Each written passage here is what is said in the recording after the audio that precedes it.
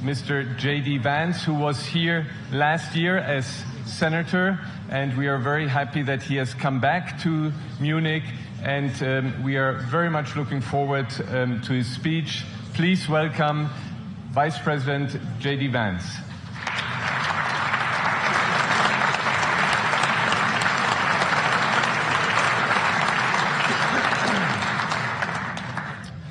Well, thank you, and thanks to all the gathered delegates and luminaries and media professionals, and thanks especially to the host of the Munich Security Conference for being able to put on such an incredible event. We're, of course, thrilled to be here. We're happy to be here. And, you know, one of the things that I wanted to talk about today is, of course, our shared values. And, you know, it's great to be back in Germany. As you heard earlier, I was here last year as United States Senator. I saw Foreign Secretary David Lammy and joked that both of us last year had different jobs than we have now. But now it's time for all of our countries, for all of us who have been fortunate enough to be given political power by our respective peoples, to use it wisely to improve their lives. And I want to say that, you know, I was fortunate in my time here to spend some time outside the walls of this conference over the last 24 hours. And I've been so impressed by the hospitality of the people, even as, of course, as they're reeling from yesterday's horrendous attack. And the first time I was ever in Munich was with my wife, actually, who's here with me today, on a personal trip. And I've always loved the city of Munich, and I've always loved its people. And I just want to say that we're very moved, and our thoughts and prayers are with Munich and everybody affected by the evil inflicted on this beautiful community. We're thinking about you, we're praying for you, and we will certainly be rooting for you in the days and weeks to come. Now,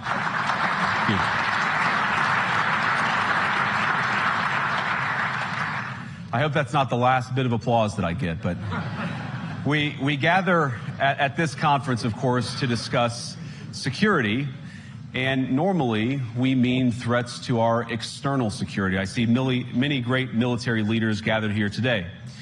But while the Trump administration is very concerned with European security and believes that we can come to a reasonable settlement between Russia and Ukraine, and we also believe that it's important in the coming years for Europe to step up in a big way to provide for its own defense, the threat that I worry the most about vis-a-vis Europe is not Russia, it's not China, it's not any other external actor. And what I worry about is the threat from within, the retreat of Europe from some of its most fundamental values, values shared with the United States of America.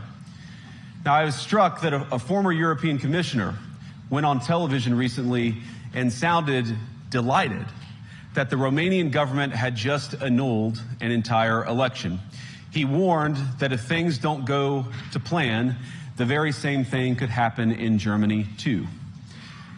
Now, these cavalier statements are shocking to American ears. For years, we've been told that everything we fund and support is in the name of our shared democratic values. Everything from our Ukraine policy to digital censorship is billed as a defense of democracy. But when we see European courts canceling elections and senior officials threatening to cancel others, we ought to ask whether we're holding ourselves to an appropriately high standard. And I say ourselves because I fundamentally believe that we are on the same team. We must do more than talk about democratic values, we must live them. Now, within living memory of many of you in this room, the Cold War positioned defenders of democracy against much more tyrannical forces on this continent. And consider the side in that fight that censored dissidents, that closed churches, that canceled elections. Were they the good guys? Certainly not. And thank God they lost the Cold War. They lost because they neither valued nor respected all of the extraordinary blessings of liberty. The freedom to surprise, to make mistakes, to invent, to build. As it turns out, you can't mandate innovation or creativity, just as you can't force people what to think, what to feel, or what to believe. And we believe those things are certainly connected. And unfortunately, when I look at Europe today, it's sometimes not so clear what happened to some of the Cold War's winners. I look to Brussels, where EU commissars warn citizens that they intend to shut down social media during times of civil unrest the moment they spot what they've judged to be, quote, hateful content. Or to this very country, where police have carried out raids against citizens suspected of posting anti-feminist comments online as part of, quote, combating misogyny on the internet, a day of action. I look to Sweden, where 2 weeks ago the government convicted a Christian activist for participating in Koran burnings that resulted in his friend's murder. And as the judge in his case chillingly noted, Sweden's laws to supposedly protect free expression do not, in fact, grant, and I'm quoting, a free pass to do or say anything without risking offending the group that holds that belief. And perhaps most concerningly, I look to our very dear friends, the United Kingdom, where the backslide away from conscience rights has placed the basic liberties of religious Britons in particular in the crosshairs. A little over 2 years ago, the British government charged Adam Smith Connor, a 51-year-old physiotherapist and an Army veteran, with the heinous crime of standing 50 meters from an abortion clinic and silently praying for 3 minutes. Not obstructing anyone, not interacting with anyone, just silently praying on his own. And after British law enforcement spotted him and demanded to know what he was praying for, Adam replied simply, it was on behalf of the unborn son he and his former girlfriend had aborted years before. Now, the officers were not moved. Adam was found guilty of breaking the government's new buffer zones law, which criminalizes silent prayer and other actions that could influence a person's decision within 200 meters of an abortion facility. He was sentenced to pay thousands of pounds in legal costs to the prosecution. Now, I wish I could say that this was a fluke, a one-off crazy example of a badly written law being enacted against a single person. But no, this last October, just a few months ago, the Scottish government began distributing letters to citizens whose houses lay within so-called safe access zones, warning them that even private prayer within their own homes may amount to breaking the law. Naturally, the government urged readers to report any fellow citizens suspected guilty of thought crime. In Britain and across Europe, free speech, I fear, is in retreat. And in the interest of comedy, my friends, but also in the interest of truth, I will admit that sometimes the loudest voices for censorship have come not from within Europe, but from within my own country, where the prior administration threatened and bullied social media companies to censor so-called misinformation.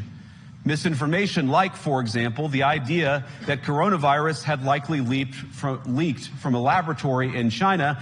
Our own government encouraged private companies to silence people who dared to utter what turned out to be an obvious truth. So I come here today not just with an observation, but with an offer. And just as the Biden administration seemed desperate to silence people for speaking their minds, so the Trump administration will do precisely the opposite, and I hope that we can work together on that.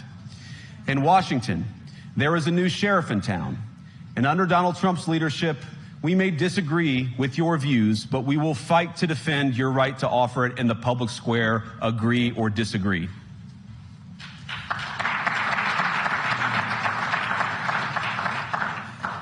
Now, we're at the point, of course, that the situation has gotten so bad that this December, Romania straight up canceled the results of a presidential election based on the flimsy suspicions of an intelligence agency and enormous pressure from its continental neighbors. Now, as I understand it, the argument was that Russian disinformation had infected the Romanian elections.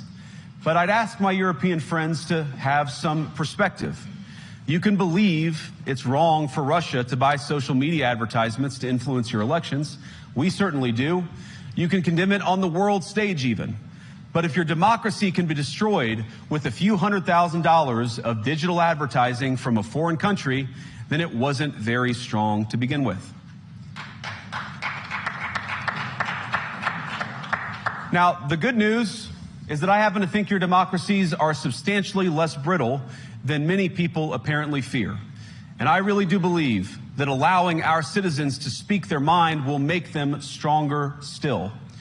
Which, of course, brings us back to Munich, where the organizers of this very conference have banned lawmakers representing populist parties on both the left and the right from participating in these conversations. Now, again, we don't have to agree with everything or anything that people say. But when when political leaders represent an important constituency, it is incumbent upon us to at least participate in dialogue with them.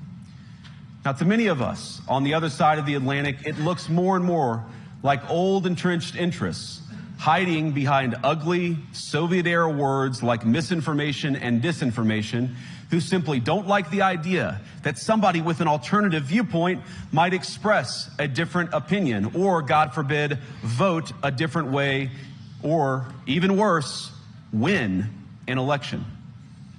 Now, this is a security conference, and I'm sure you all came here prepared to talk about how exactly you intend to increase defense spending over the next few years in line with some new target. And that's great, because as President Trump has made abundantly clear, he believes that our European friends must play a bigger role in the future of this continent. We don't think, you hear this term, burden sharing, but we think it's an important part of being in a shared alliance together that the Europeans step up while America focuses on areas of the world that are in great danger. But let me also ask you, how will you even begin to think through the kinds of budgeting questions if we don't know what it is that we are defending in the first place?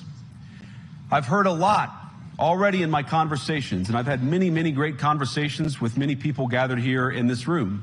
I've heard a lot about what you need to defend yourselves from, and of course that's important. But what has seemed a little bit less clear to me, and certainly I think to many of the citizens of Europe, is what exactly it is that you're defending yourselves for.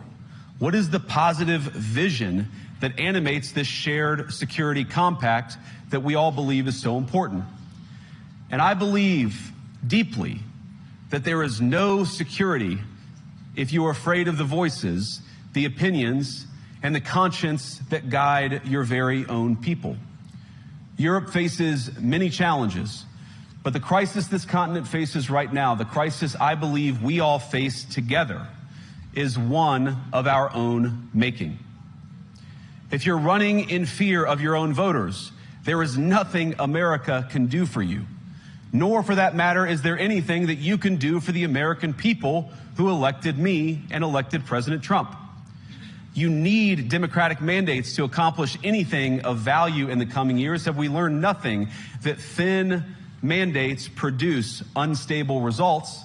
But there is so much of value that can be accomplished with the kind of democratic mandate that I think will come from being more responsive to the voices of your citizens.